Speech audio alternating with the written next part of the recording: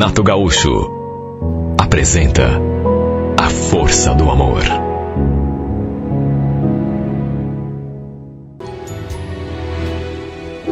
Estávamos na semana do meu casamento. Faltavam apenas 3 dias, quando minha mãe veio encher minha cabeça com aquela conversa. Estava aqui pensando, Regina. Não é esquisito o Odilão convidar justamente a ex-mulher para ser madrinha do casamento de vocês? Esquisito por quê, mãe?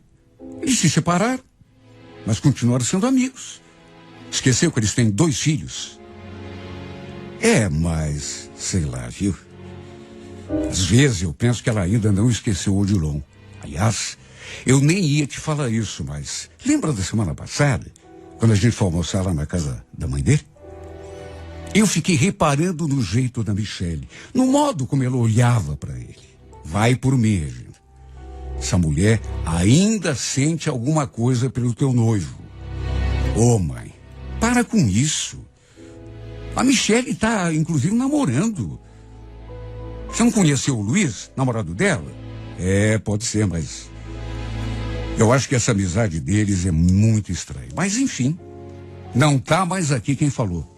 Sabe, eu, sinceramente, não entendi por que é que a minha mãe veio conversar aquilo comigo, justamente faltando tão pouco para o nosso casamento.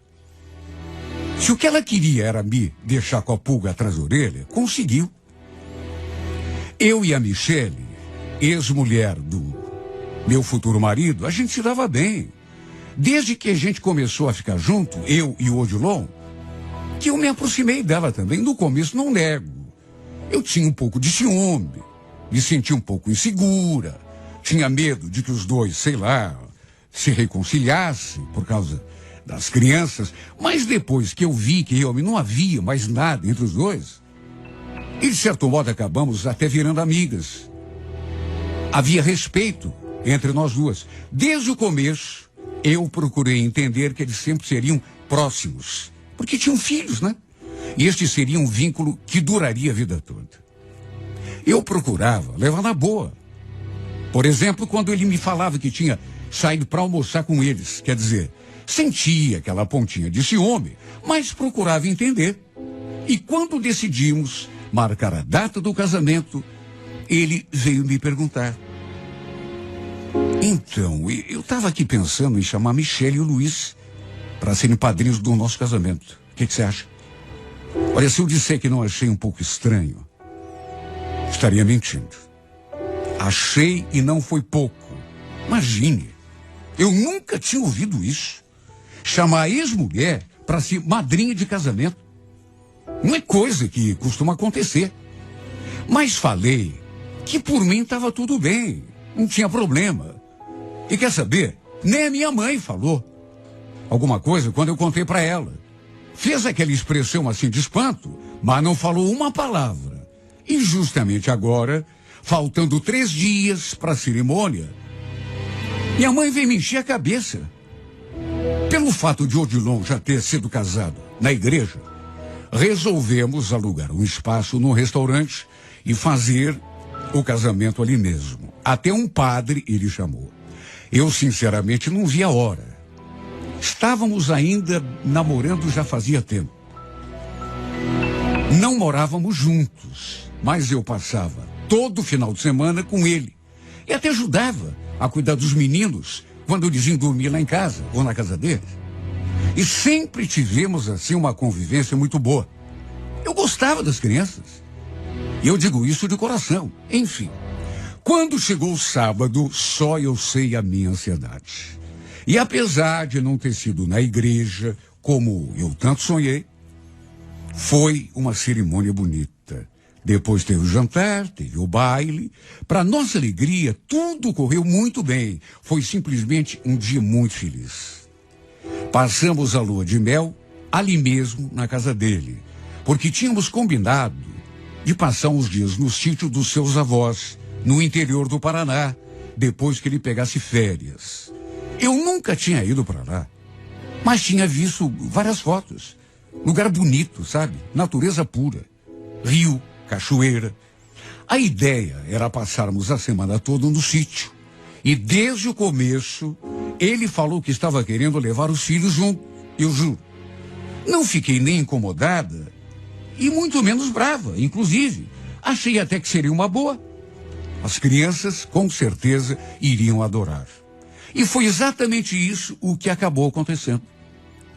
Pegamos a estrada, rumo ao sítio do seu Alfredo, no domingo. Eu, o Odilon e os meninos. E o detalhe, ficou combinado que a Michele e o Luiz iriam para lá também na sexta-feira, depois do almoço, para passarem o final de semana com a gente.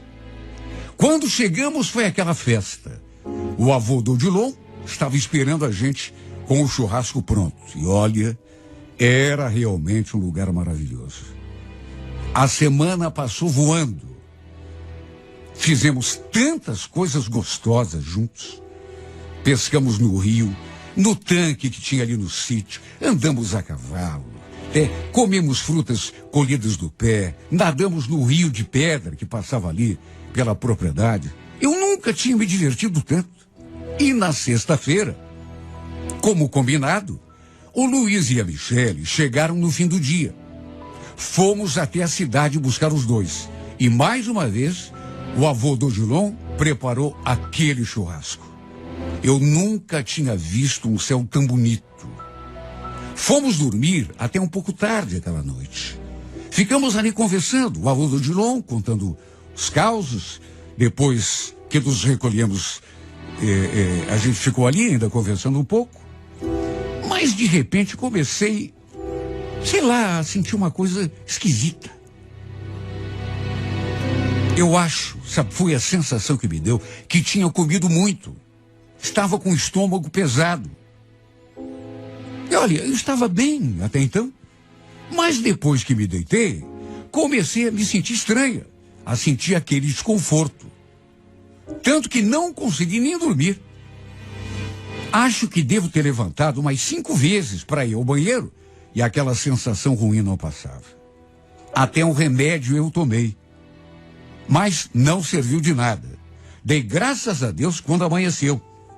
Só que quando fui calçar os chinelos, vi que um deles estava debaixo da cama. Aí me abaixei assim para apanhá-lo e foi então que eu me deparei com uma coisa esquisita. Tinha uma bonequinha de pano ali debaixo da cama. Bom, até aí tudo bem. O problema é que quando peguei aquela bonequinha na mão, vi que tinha um alfinete fincado bem no meio dela. Cheguei a sentir um frio na barriga quando vi aquilo. Sabe aqueles bonequinhos de voodoo? Parecia um. Eu nunca tinha visto um pessoalmente, mas já tinha assistido a filmes, documentários sobre isso, e quando peguei aquela bonequinha de pano na mão, foi exatamente isso o que me pareceu. Que era uma boneca de voodoo. Senti um arrepio tão grande que cheguei a jogar aquilo no chão. Acordei o Odilon e quando mostrei aquela bonequinha para ele, ele não entendeu nada. O que é isso, Regina? E eu que vou saber? Estava aqui, debaixo da cama. Fui pegar o chinelo e... Detalhe. Eu tinha limpado aquele quarto no dia anterior. Tinha passado até vassoura debaixo da cama. E não havia nada ali. Aliás, se tivesse, eu teria tirado com a vassoura, né? Olha, eu fiquei tão impressionada com aquilo. Mostrei para a avó do Odilon e até ela achou esquisito. Colhendo para a boneca, assim com uma cara esquisita, depois falou: eu nunca vi uma boneca dessas aqui em casa. Não é de vocês? Falei que não. A Michele também falou que não era dos filhos. Sabe, coisa mais bizarra do mundo. Sem contar que eu tinha passado mal, muito mal, a noite toda. Assim que deitei, senti aquele desconforto na barriga, como se tivesse comido alguma coisa e me feito mal. Só que eu estava bem até me deitar. Detalhe, aquele alfinete fincado exatamente na barriga daquela boneca. Olha, Deus me livre, mas sei lá. Parecia até que tinha sido colocada aquela boneca ali especialmente para mim. Eu nunca acreditei nessas coisas, mas confesso que fiquei com medo. Até comentei isso com o Odilon, mas ele achou que não tinha nada a ver. Devia ser só coincidência. Meu marido acabou jogando a boneca na churrasqueira e tacou fogo. E me bateu uma sensação tão estranha nessa hora. Algo que eu não consigo nem explicar direito. Sabe? Sensação estranha, esquisita. Não consegui mais nem me divertir. Não vi a hora de vir embora de vez. Podia realmente não ter nada a ver. Isso é só impressão minha, mas e se fosse? E se tivesse a ver? A dona Maria diz que nunca tinha visto aquela boneca de pano ali na casa dela, mas convenhamos, né? Se estava ali debaixo da cama, foi porque alguém colocou ali. Mas quem? À tarde, a criançada queria tomar banho de rio, mas como eu estava me sentindo esquisita, achei melhor não ir. E fiquei ali mesmo na casa. Todo mundo foi, o Odilon, as crianças, a Michele, o Luiz e até um tio do Odilon que apareceu para fazer uma visita. Eu não fui, mas não sei explicar. Fiquei com aquela mesma sensação estranha o tempo todo. Eram 4 e pouco da tarde. Eu estava no quarto descansando quando escutei aquela confusão lá fora. Aqueles gritos. Vozes desesperadas. Fui lá ver o que estava acontecendo e já me deparei com o Luiz. Nervoso. Sabe quando a pessoa quer falar e não consegue? Eles se afogaram. Entrei em desespero também. Como assim? Quem se afogou? O Paulinho começou a se afogar. Aí o Odilon pulou para salvar ele, mas ele também se afogou. Meu coração disparou dentro do peito. Quando vi aquilo, todos nós fomos lá para a beira do rio e quando chegamos, nos deparamos com aquela cena grotesca, que passe o dia que passar, nunca vou conseguir tirar da memória. Odilon estava estirado no chão, um dos seus filhos a seu lado, e a Michele chorando desesperada ao lado dos dois. No que me aproximei, vi que os dois estavam sem cor. Me debrucei sobre meu marido e comecei a chamá-lo, a sacudi-lo, mas a única resposta que ouvi foi o choro de todo mundo, inclusive o meu. Ele estava imóvel, também sem cor, a exemplo do filho. Naquelas alturas, lamentavelmente, nada mais poderia ser feito. Os dois estavam sem vida, pai e filho. O menino estava nadando na beiradinha do rio, mas aí a correnteza o puxou lá para o meio e ele começou a se afogar. Foi aí que o Odilon pulou no rio para ajudá-lo, salvá-lo e no fim, a tragédia. Os dois se afogaram juntos. Quem pulou no rio para tirar os dois depois foi o tio do Odilon. Só que desgraçadamente já era tarde demais. Foi o pior e mais terrível momento de toda a minha vida. Não sei como tive forças. Até a polícia esteve ali. Tivemos de seguir todo um protocolo. Não bastasse a dor, ainda tivemos de passar por tudo isso. Olha, que Deus me perdoe, mas a vida acabou para mim naquele dia. Era para ter sido um passeio feliz, inesquecível. E de fato foi inesquecível.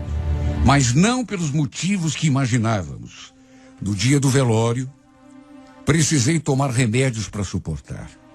Fiquei anestesiada o tempo todo. Foi um pesadelo o que aconteceu com a gente. A Michele também estava arrasada, coitada. Não devia ser fácil para ela. Mãe, enterrar um filho, ainda menos uma criança, como era o caso do Paulinho. Nos consolamos uma a outra. Imagine, não fazia nem 2 meses que estávamos casados, eu e o Odilon. Estávamos apenas começando a nossa vida. Tudo perdeu completamente o sentido para mim. Continuei morando na casa que pertencia ao Odilon. E como tinha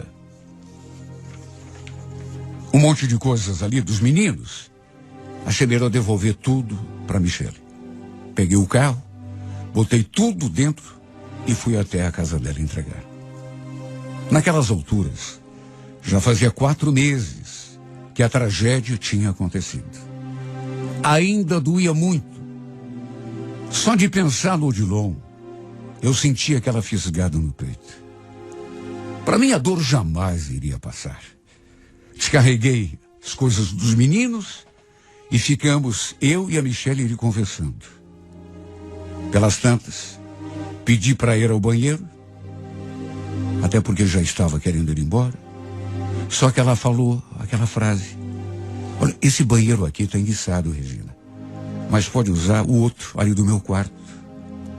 Ela me apontou a porta do quarto e eu fui ao banheiro de lá.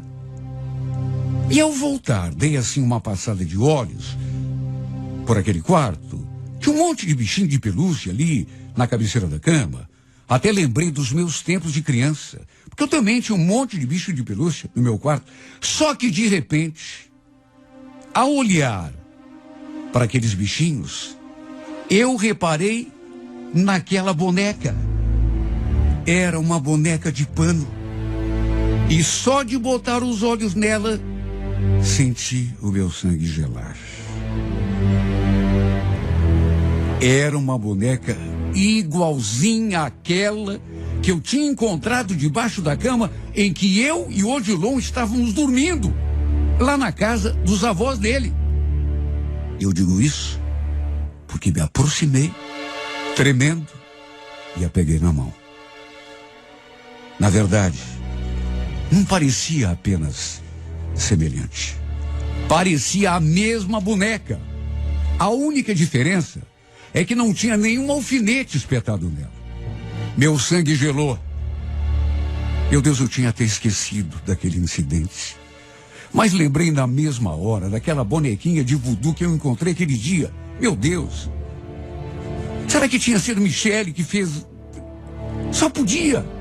Quem mais? Tudo aconteceu depois que ela e o Luiz chegaram. Comecei a tremer. Até joguei a boneca ali sobre a cama, porque me deu uma coisa ruim assim no corpo. Mas aí a peguei de volta e fui lá para a sala confrontar a Michele, na mesma hora. E quando ela me viu saindo do quarto, segurando aquela boneca de pano, notei que ela mudou o semblante.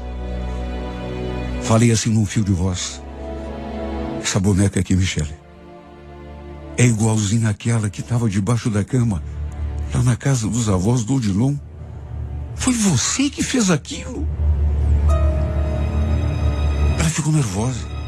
Eu percebi. E naturalmente, tentou tirar o corpo fora. Quem, eu? Claro que não. Tenho nada a ver com aquilo. Mas como assim, Michele? As duas bonecas são iguaizinhas. Você queria fazer feitiço para mim ou pro Odilon? Claro que não, Regina. Ficou louca? Não tem nada a ver com isso.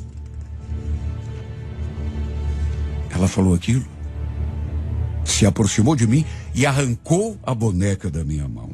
Negou até o último. Começou até a chorar. Achei a reação dela muito estranha. Reação de quem de repente tinha culpa, responsabilidade. E olha, não é que eu quero acusá-la de alguma coisa, mas se ela realmente teve a capacidade de fazer um feitiço ou coisa que o valha, a culpada pelo que aconteceu com o Odilon e o Paulinho foi ela. Numa dessas, o feitiço até foi feito para mim. Só quem acabou pagando as consequências foi o Odilon e o próprio filho dela. Eu podia ter esquecido ou deixado para lá, mas acabei comentando com um monte de gente, inclusive parentes do meu marido. E a minha sogra falou que realmente lembrava de já ter visto 2 bonecas de pano iguais lá no quarto da Michele. Só que eu achei apenas uma. E a outra? Onde estava? Eu digo onde estava. Ela levou quando foi para o sítio dos avós do Odilon. Aí aproveitou uma oportunidade, entrou no quarto e colocou a maldita boneca debaixo da cama em que estávamos dormindo. A boneca tinha um alfinete espetado na barriga, como se fosse um bonequinho de voodoo. Eu tinha passado mal a noite toda e no dia seguinte aconteceu a tragédia. Não tenho dúvidas de que o feitiço foi feito para mim. Mas quem acabou sofrendo as consequências foram meu marido e o próprio filho dela. Ela que naturalmente nega até hoje. Mas nada me tira da cabeça que tudo o que aconteceu foi por culpa daquele feitiço. Na verdade, minha mãe estava certa. Aquela mulher realmente, ela não devia ter aceitado a separação do marido. Só pode ter sido isso. Que outra coisa? Por isso que eu digo que a minha mãe que estava certa. Mesmo fingindo estar feliz ao lado do Luiz, ela usou de sortilégio para me afastar do ex-marido. E até conseguiu. Só que não da maneira como ela esperava.